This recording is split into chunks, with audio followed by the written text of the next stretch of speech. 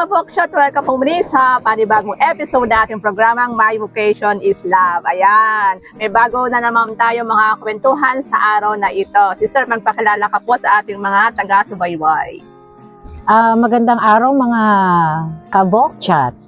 Ako po si Sister Violeta C. Parafina MCST.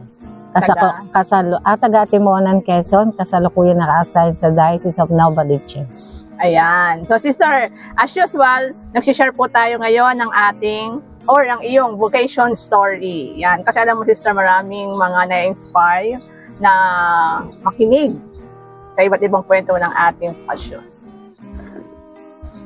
Simula na ba? Yes. Nung nag-aaral ako ng high school, wala naman talaga sa akin yung gusto kong magmadre.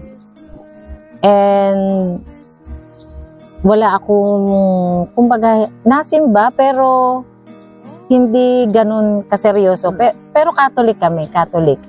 Sinasabihan lang kami ng magulang namin na pag Pasko, yung occasionally, yung mga great celebration in the church, sumimba kayo. So sisimba lang kami. And then nung naalala ko na ako ay college, merong isang teacher namin doon na niyayaya ko laging sumali sa yung prayer meeting. So isa siya sa naging daan. And then nasimba lagi, ganito, ganyan. And nung ako'y nagtrabaho na, so ang una ko po exposure sa pagtatrabaho ay sa Our Lady of the Angels Academy, kung saan nandun sa aming bayan. And then, hindi po ako doon nag-aral. Nag-aral po ako doon sa kabilang private school. Pero doon ako nagtrabaho. Doon ako nagtrabaho sa Our Lady of the Angels o sa Aula. And then, nakita ko yung kasama-sama ako ng mga mother, pero hindi nila ako niyayaya. Hindi nila ako niyayaya magmadre, pero lagi nila akong kasama at gusto kong sumama sa kanila. Doon ako kumakain. Katunayan nga nung dumaan yung isang malakas na bagyo, naku, natuklap lahat ang bubong ng kumbento. Imbis na yung amin ang unahin ko, yung aming bahay, hindi. Pumunta ako sa kumbento. Pero hindi, they are not asking magmamadre. Wala silang ganun. Kumbaga yung tawag ni Lord, ramdam na ramdam ko lang through them. And then one time, merong yung kaibigan ko doon sa Ola, librarian siya. Sabi niya, tawag niya sa akin si Ate Bolet. Sabi niya, Ate Bolet, gawa ng biniro ko. Sabi ko, magmadre kaya ako. Nung nasa school pa ako, wala ako nung balak magmadre. Pero one time, sabi ko doon sa kaibigan ko, librarian siya, sabi niya, sige Ate Bolet, ano kaya? Magmadre ka nga. Mag-search in ka kaya? Doon na ho yung nagsimula. So, nag-search in ako. Pero bago ako nag-search in, nagnobina muna ako kay Saint Teres. Dahil yun yung patrona ng Olan, Our Lady of the Angels Academy. So, ang nabasa ko, tsaka hindi ako binigyan ng mga madre, naghahanap lang talaga ako. Kahit nandun ako sa Ola, naghanap lang ako ng mga pamamaraan para makapag-novena ako in secret. So, nakita kong novena niya, nakatabi pa sa akin hanggang ngayon yun. Yung before 11 a.m. So, bago yung novena niya, yung nobenaryo niya. So, before 11 a.m., dapat madasal ko yung kanyang novena. So, di ako'y may klase. Nagtuturo na po ako na sa Our Lady of the Angels Academy. So, nagtatago po ako pag recess. Basta may kukuha ko ng oras para ako ay makapag-nobena in secret. So, sa madaling salita, natapos ko yung nobena. Pero ang hiling ko po ganito. Sabi ko kay Saint Teres, sabi ko, magmamadre talaga ako kung makakakuha ako ng rose. So, rose talaga yung hiningi ko sa kanya, pero wala pong kulay. So, pagkatapos ng nobina, wala pong nakakaalam na ako'y nagnunobina kahit yung mga madre. Pagkatapos po ng October 1 na misa doon sa school, sa Ola, pumunta po ako doon sa may kitchen na natin ng kumbento. Naku, putikin-putikin yung mismong paghakbang ko ng pintuan palabas. Naku, nakakuha ako ng rose.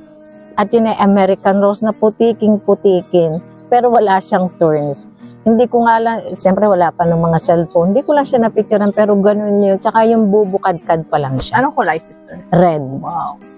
Then, paglabas ko no, sabi ko, naku, magmamadre nga ako. Sabi ko, magmamadre nga ako. So, pagkatapos nun, lumabas na ako doon sa ganyan-ganyan. Mamaya may nagbigay na naman sa akin teacher.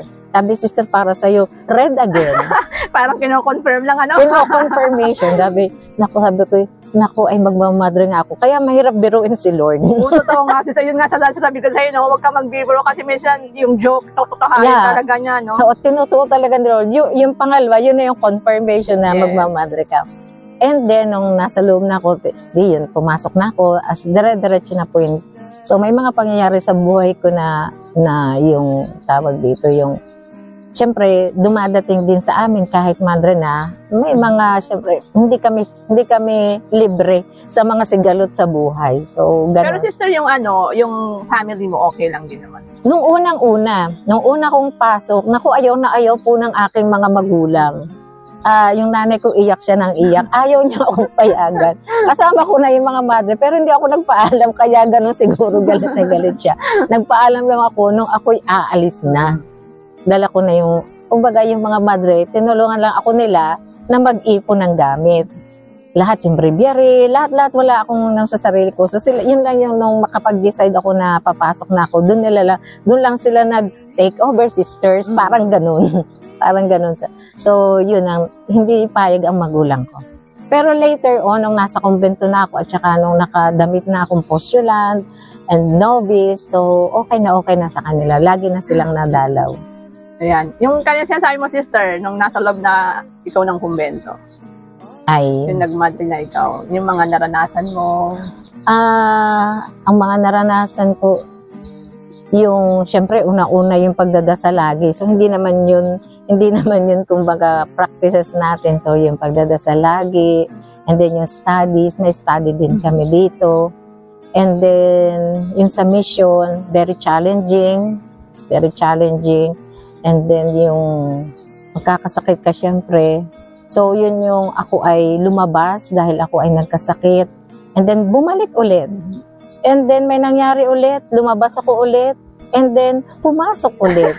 Kaya po pag ginusto talaga ni Lord, but kahit anong mangyari sa'yo, gugustuhin talaga ni Lord, ilalagay ka niya kung saan ka dapat mamunga. Kasi kung talagang para dito ka, sister, no, kahit na sabihin mo na gusto ko mong lumabas, papayagan ka naman niya pahintulon na nga sige labas ka, pero ipapa-experience niya sa'yo ano yung difference nung nasa labas ka and na ngayong madre ka, di ba? Kaya sabi mo nga, nakadalawang beses kang lumabas and then bumabalik at bumabalik pa din.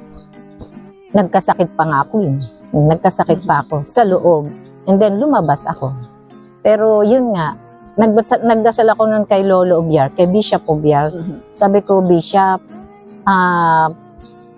ako po'y magmamadre. Pagalingin mo po ako. Oo. Talagang pag gusto mo, sister, din, kailangan may cooperation yung may katawan sa kalooban nila. No? Maraming salamat, sister, sa iyong paunlak na kwentuhan sa araw na ito. Baka meron ka pong gustong i-advise or sabihin sa ating mga manunood? Pag tinawag ka ni Lord, pag tinawag tayo ng Diyos, kung saan man tayo gusto niyang mamunga, tumugon po tayo.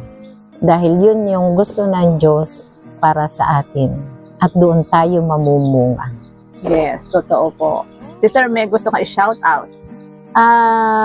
Hello po sa mga nanonood ngayong araw na to. Ang mga taga-Diocese of Novaliches, Father Harvey, Hintayin niyo po ako, sabi niyo, meron kayong pangakong 3 kakausapin. At sa lahat-lahat po ng mga sumusubaybay. Ayan. May mga katikista, sister. May mga katikista pala. Yes. Mga katikista, ako po sa katikista naka-assign ngayon. So, tayo ay mga katikista, an echo of the word of God. So, mga katikista kong minamahal, hello, sige lang tayo, go lang. Yes. How about your family? Meron pa po ba? Ang mga kapatid ko po, wala na po akong nanay at tatay at mga kaibigan ko po. Thank you. Alam na nila kung sino sila, no? Yes. Siyempre, binabati rin po natin yung mga ating masugid na taga-subaybay. Nagpapabati po sila. Pasensya na po sa ibang hindi ko na-browse pa yung mga pangalan. Especially kay Ian sa Balsa, na siya ay taga-Tacloban. And then may mga nanonood din na taga-Coronadal. Coronadal. Yeah, that's Mindanao, no?